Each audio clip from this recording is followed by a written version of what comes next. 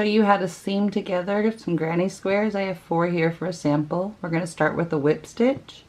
For a whip stitch, you're going to cut a long length of yarn, long enough to get at least through one seam.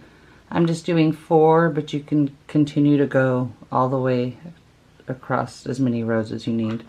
Or you can choose to just do the sides and make a long strip and then join strips together. So you're going to take your long string of yarn and thread your yarn needle.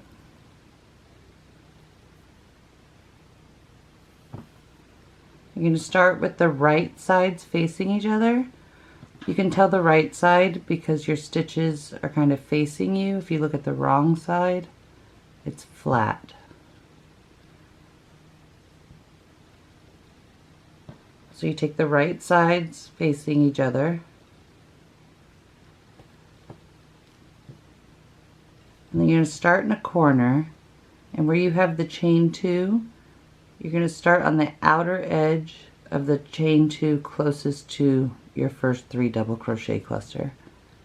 So you're going to insert it into the outer loop,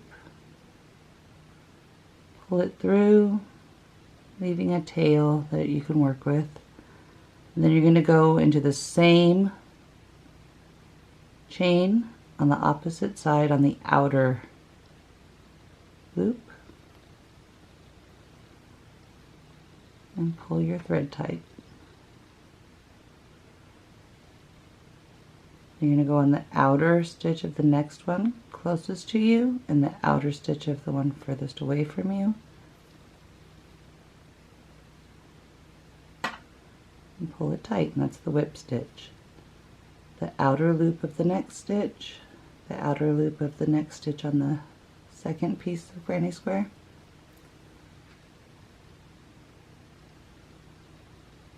You just keep working that on the outer edges through each stitch all the way across.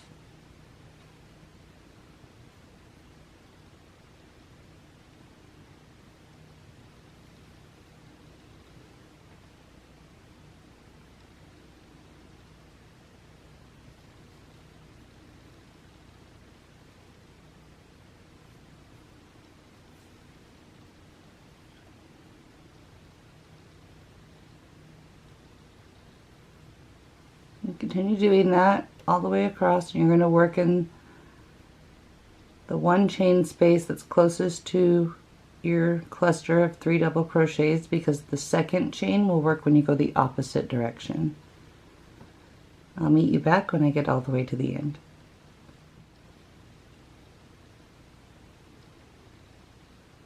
Okay, now I'm at the end and I have the chain 2 space.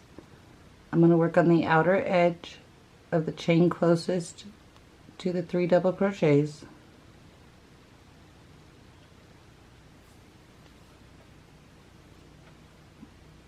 Oops.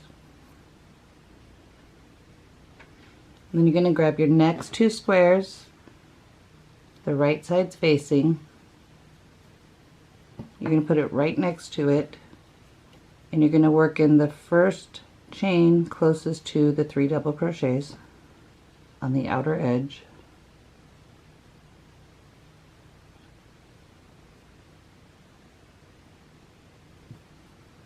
And you just continue working the whip stitch.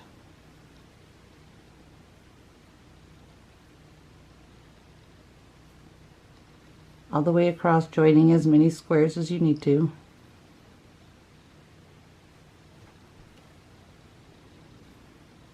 Then if you open it up, you can see if you were to use the same color, it'd be pretty seamless. And then once you get all your squares attached, then you could work your seams the opposite direction.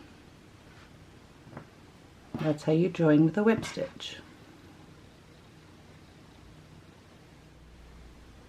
To join granny squares with the slip stitch, you're going to put the wrong sides facing. So we have the right sides facing us.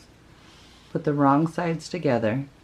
You're going to find your corner and match up the chain 2s. You're going to take your hook, and this time we're going to work on the inner loops of each stitch. So you put your hook through the chain the inner loop, and then through the chain of the inner loop on the next granny square. You're going to take your yarn, loop it over your hook, and pull a loop through those stitches, and chain one.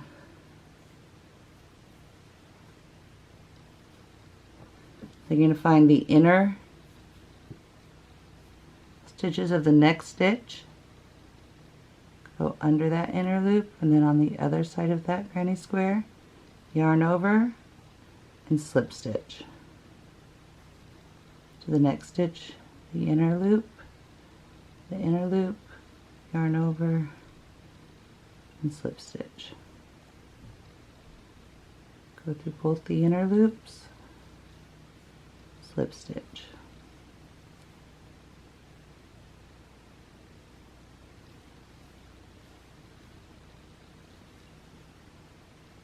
This is done the same way as the whip stitch. You're going to go all the way across your row and then only work in the chain closest to the cluster, because the next chain will be worked when you go the opposite direction. So you just go under the inner loops of both granny squares and slip stitch.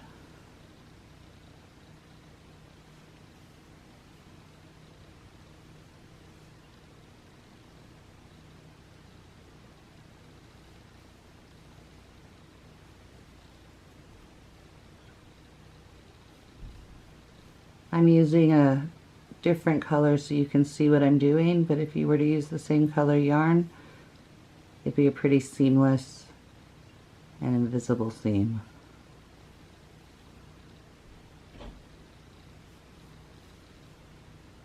Okay, I just did the last double crochet. Now I'm going to work in that first chain stitch on the inner loops. Then you would grab the next two with the wrong sides facing. Oh, whoops, with the wrong sides facing each other.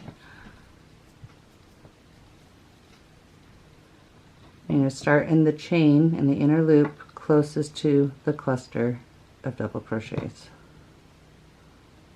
So the inner loop of the chain on the first granny square, and the inner loop of the chain on the second granny square, and then just make another slip stitch, and then you work all the way to the end to join it. If I open it up, you can see what it looks like on the back and what it'll look like on the front of your work. And then you would just connect as many squares as you need, and then you could work the opposite direction the same way.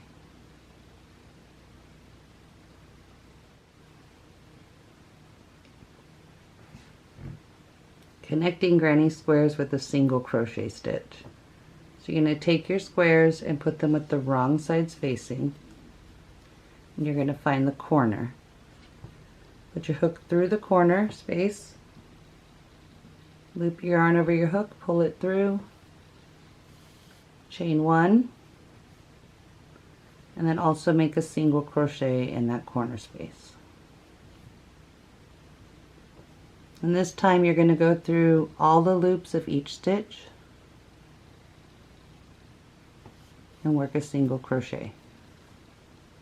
So that's the first double crochet, second double crochet, and the third double crochet, going through all the layers. And this time you're going to work through both of the spaces in between the clusters. Insert your hook and work another single crochet, and then you continue working in each stitch across.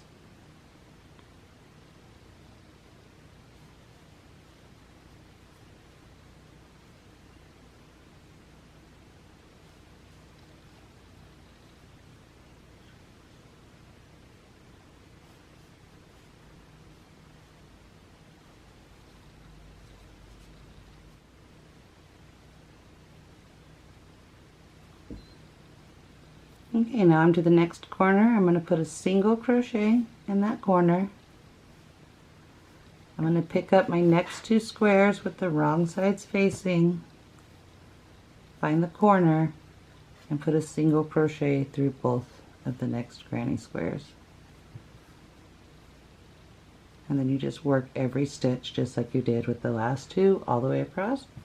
If I open it up, you can see that the single crochet joining leaves a small little ridge, and when you're finished joining all your squares, it'll leave like a frame around each square.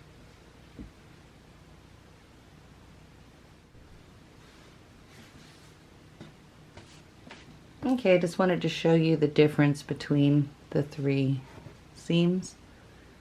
Here's the single crochet seam. You can see it leaves a little ridge on the top of your work. Here's the slip stitch seam. It's smaller. If you use the same color, it wouldn't show very much.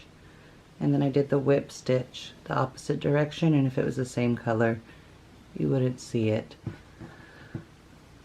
And this is the back, the whip stitch, the slip stitch, and the single crochet. And that's how you join granny squares.